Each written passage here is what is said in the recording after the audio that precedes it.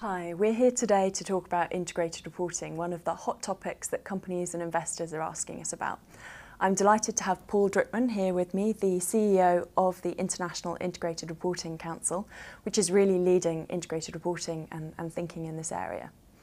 So Paul, what is integrated reporting? Can you tell me a bit about it? Well, we have a very clear definition of integrated reporting, and it really is about communicating the strategy of an organisation together with its prospects, its performance and its governance. Okay, but doing that around also the fact that it's got to be in the short, medium and long term, and we are also very clear that it needs to be a concise communication of value, not just compliance reporting. So, from a business's perspective, why? What are the benefits? What are the drivers? Okay, well, one of the clear drivers is that it enables a business to actually tell its own story. There's a saying that says, "Don't let others define you." And at the moment, I realise it's difficult for companies, but companies are allowing others to actually try to understand what their strategy is, because the annual report and the reporting that comes through doesn't really address that. And so that's one of the key benefits to the company. The other is that there are a couple more that I'd bring up. I mean, there are many, but there are a couple more I'd bring up. And that really is around, let's get out of the reporting cycle that we're in now and look for better reporting. Yeah, so not just more, because more is not what we want. We want it to be better. And companies internally have wonderful reporting generally. So let's actually express that in the external environment. And the third area, that is really around integrated thinking inside the business. So businesses at the board level tend to have that strategic oversight of their business. But quite often that isn't actually anywhere else in the organisation, where it tends to be very much of a silo within the organisations. And integrated reporting, what we found with our pilot programme is that integrated reporting is actually helping that integrated thinking and strategy to be pushed right down into the business so that it's clear, because everybody has to work together. So what's been achieved so far? We've done an awful lot. Part of it is the engagement work, talking to all sorts of people. And one of the issues that we're having to deal with it is global. It's not UK, it's not Europe, it's literally everywhere. So there's a lot of engagement with all sorts of regulators, stock exchanges, companies, investors, I could go on. In terms of our technical work, there was the discussion paper which outlined the basic concepts back this time last year. Then we produced the outline earlier this summer.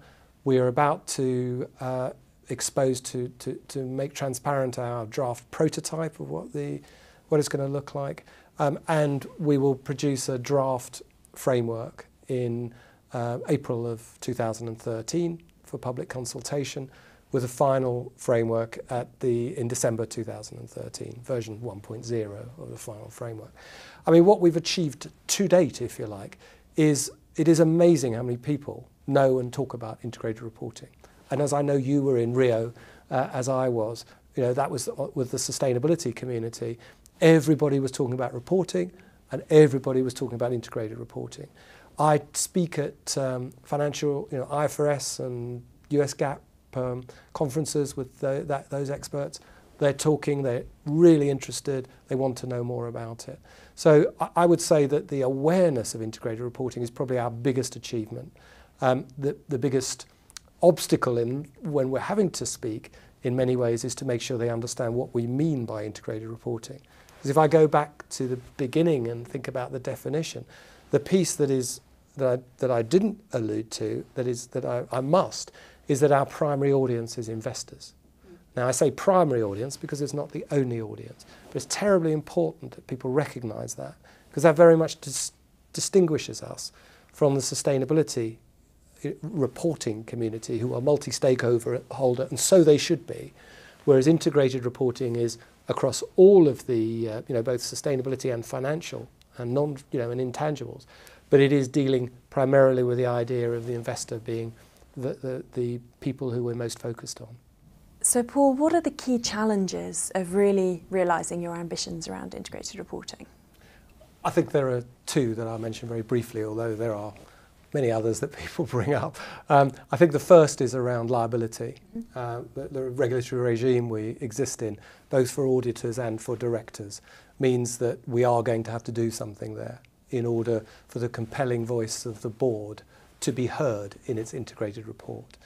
And the second is around the fact that people doing reporting, whether it be financial or sustainability or other reporting, are really busy.